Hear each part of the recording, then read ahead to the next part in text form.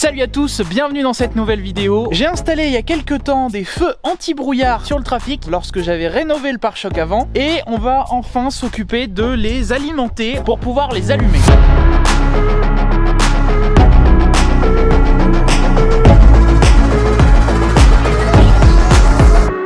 Bon, ce trafic, j'ai envie de le garder vraiment d'origine et lui donner un petit côté sport, mais vraiment en le massacrant le moins possible. Et donc, ce tableau de bord, l'idée c'est de ne pas le percer de partout avec des interrupteurs additionnels dans tous les sens. Il est en super état, il est pas craquelé, c'est vraiment rare sur les modèles de cette année-là. Donc vraiment, il faut le conserver dans cet état-là, il est magnifique. La seule petite exception que j'avais faite, c'est que j'avais mis des prises USB dessous. C'est discret et cette modif-là, elle est plutôt indispensable. Donc en l'occurrence, là, il va falloir que j'ajoute un interrupteur.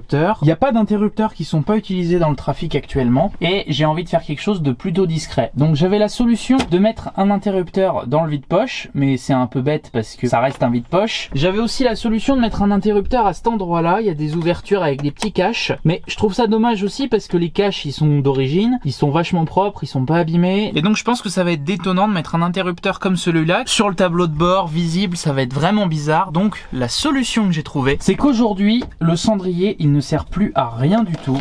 On n'a plus le droit de fumer au volant, je ne fume pas et c'est un emplacement qui est plutôt bien pour mettre un interrupteur. Alors, ce qui est pratique, c'est qu'il s'enlève facilement, donc on a un accès pratique derrière. Et là, je vais pas me contenter de simplement mettre une plaquette avec l'interrupteur ici. Ce que je vais faire, c'est que je vais adapter un système dans le cendrier pour pouvoir mettre les interrupteurs des deux côtés. Comme ça, on garde le système de fermeture et d'ouverture pour le cacher. Donc on va avoir quelque chose de très discret qui va pas massacrer le tableau de bord et qui va permettre d'avoir des petits interrupteurs, en l'occurrence deux. Il y en a un qui servira du coup pour les anti-brouillards avant et l'autre, pour le moment, je ne sais pas à quoi il servira, mais je lui trouverai sûrement une utilité à un moment donné, il sera pas de trop. Donc l'idée c'est de conserver l'intégralité de l'allume-cigare, puis là il se clipse parfaitement dans le tableau de bord, il y a une intégration parfaite. La seule contrainte qu'il y a, c'est que la petite platine au milieu qui permet d'enlever les cendres de sa cigarette, eh bien c'est celle qui permet de faire ressort pour le clapper. Donc je vais pas pouvoir la retirer et ça va compliquer un petit peu la fabrication des supports qu'on va devoir faire, mais ça va marcher. Donc voilà un petit peu l'idée, on va faire un cendrier avec des interrupteurs cachés. Le plus compliqué ici ça va être de fabriquer la petite platine au millimètre partout pour pas que ça gêne l'ouverture et que ce soit le plus joli possible. Je crois qu'on va y arriver. Bon, j'ai sorti ma tôle d'alu de 2 mm.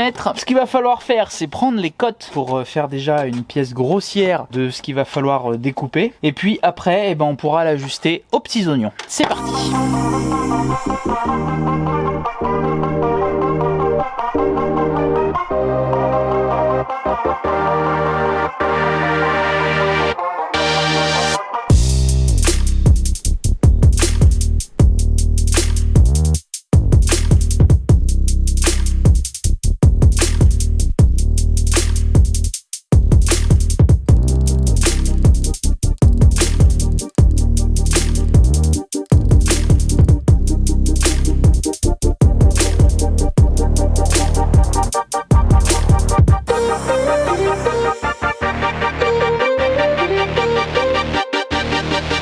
Voilà le petit support qui va aller se fixer dans le cendrier.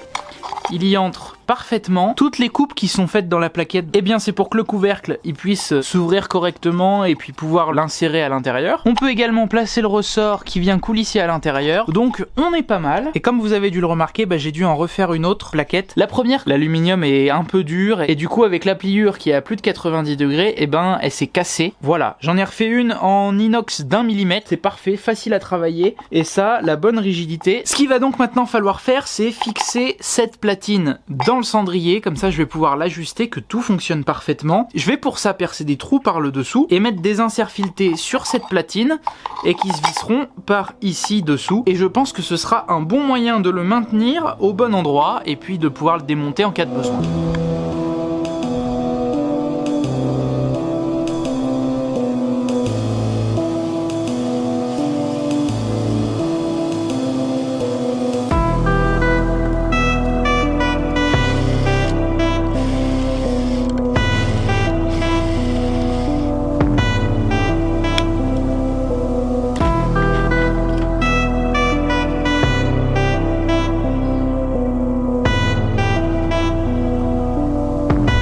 maintenant que c'est fixé et que je peux le démonter et le remettre exactement au même endroit, je vais l'ajuster parfaitement pour que tout le système de fermeture du clapet fonctionne bien, qu'il n'y ait pas de morceaux de la platine qui viennent bloquer les différents éléments qui sont à l'arrière du capot, et on se retrouve après pour fignoler tout ça.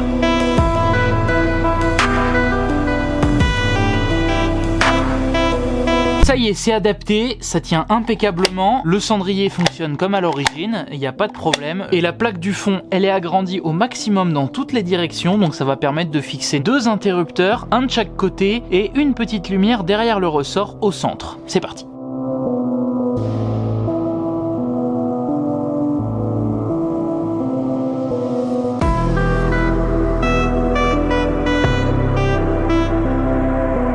Voilà le cendrier avec les interrupteurs. On peut tout à fait fermer le clapet sans que ça touche. Après pour les interrupteurs, eh bien il marche. Seul petit souci, c'est que la tôle elle est tellement fine que c'est plutôt souple, donc je vais peut-être essayer de faire une petite patte de renfort pour rigidifier le tout, et puis je la collerai avec un peu de glu, je pense. On va pas faire de soudure, la tôle est tellement fine que je n'ai pas les compétences, je crois que ça va faire un trou instantanément. Après beaucoup de galères, voilà, les interrupteurs sont bien fixés et la platine est rigide. J'ai fait des petits supports collés, repris sur la structure principale, et ça risque pas de tout péter. On va maintenant fixer une petite LED au milieu sur le support, et puis après on va pouvoir passer à la finition de cette platine avec une belle peinture noire pour que ce soit le plus discret possible.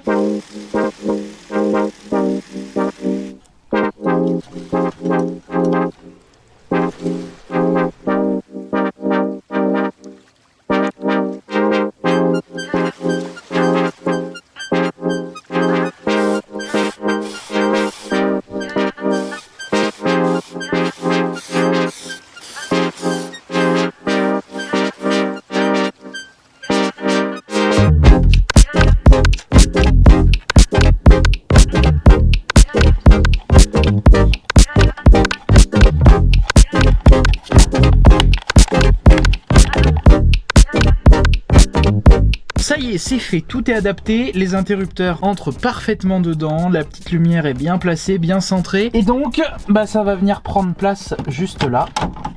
Tac.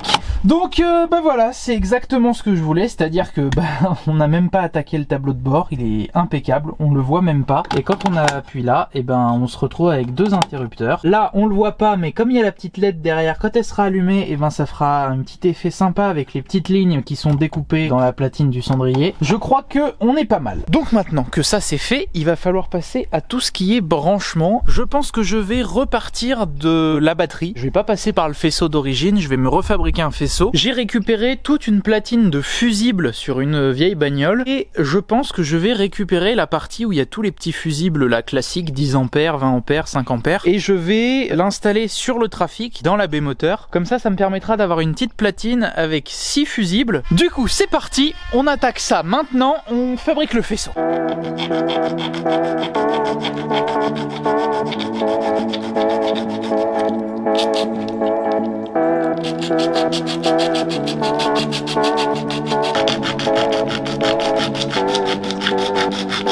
Voilà le morceau qui me reste de la boîte à fusibles. Pour le moment, j'ai ficelé tous les fils qui me serviront peut-être plus tard pour rajouter des choses. En tous les cas, j'ai gardé les 2 fils qui vont sur un même fusible. Donc je ferai passer le courant dedans et il n'y aura pas de souci. Je vais installer ça dans la B-moteur, derrière la batterie. Donc par ici, ça permettra de tirer facilement un fil de la masse et du plus. Et ce sera discret, et à partir de là, on pourra tirer les fils qui iront vers les anti-brouillards.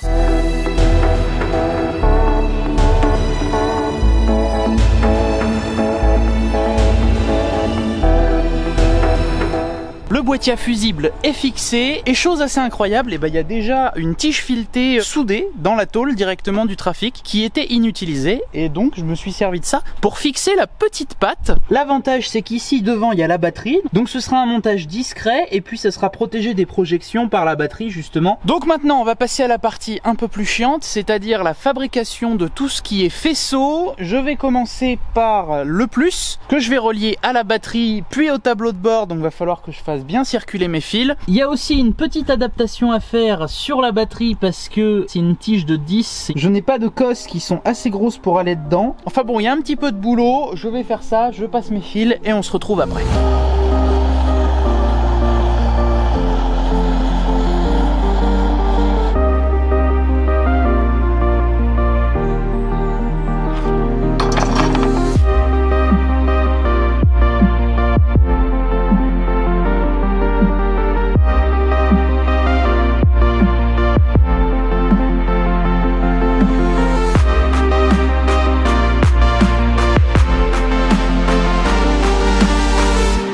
y est, j'ai réussi à installer l'interrupteur dans le cendrier. Donc je vous apprends pas l'électricité, mais en gros j'ai fait arriver le plus après le fusible juste ici, et j'ai fait repartir en dessous le plus après interrupteur qui va vers les feux dans le capot, mais aussi vers la petite loupiote. Et donc dans le capot on a le plus qui se branchera à la batterie, donc c'est une rondelle brasée sur une cosse, et ça va dans l'habitacle et ça ressort ici au bout de ce fil. Et donc je vais pouvoir brancher ça aux deux feux. Donc je branche la masse de la petite loupiote pour qu'elle s'allume quand on met l'interrupteur, et après j'attaque à brancher les feux au faisceau et puis on pourra remonter.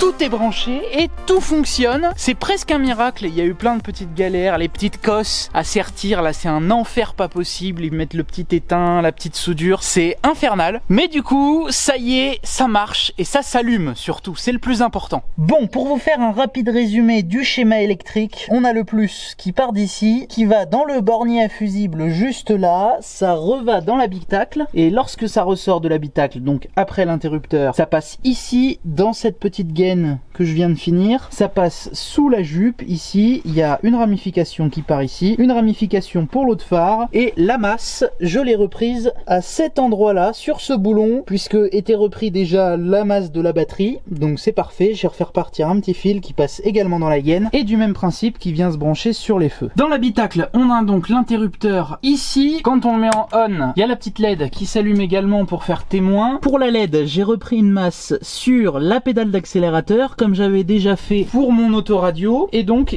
ça fonctionne impeccable. Et quand c'est allumé, on a des jolis petits feux qui fonctionnent. Donc maintenant je termine de remonter tout ce que j'ai à remonter, et après on passe au petit plan fini.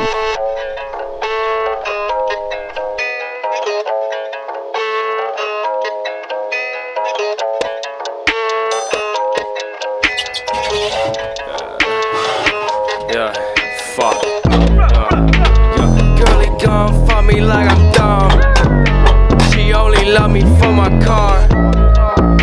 I swear she gonna leave, that's bizarre. Yeah. Bleeding out, never been enough.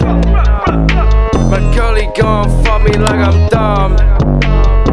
Tout fonctionne, c'est impeccable. Avant de vous laisser sur de belles images, je tiens à vous remercier d'être toujours plus nombreux à me suivre sur cette chaîne YouTube. C'est un truc de fou, merci beaucoup. Et d'ailleurs, si cette vidéo vous a plu, n'hésitez pas à la liker, commenter, partager et vous abonner si c'est pas déjà fait, comme d'habitude. Vous pouvez également me suivre sur Instagram. Il y avait eu des petites informations sur ce montage en avant-première. Et puis n'hésitez pas à aller sur madeforelle.fr, le site de ma marque de pièces de 4L. Il y a des nouvelles références qui sont sorties, donc j'espère que vous serez nombreux au rendez-vous. Sur ce, moi je vous dis à très bientôt dans une nouvelle vidéo, aussi bien sur le trafic que sur la 4L. Je sais pas trop ce que j'aurai le temps de faire d'ici là. C'était Charles-Henri. Salut!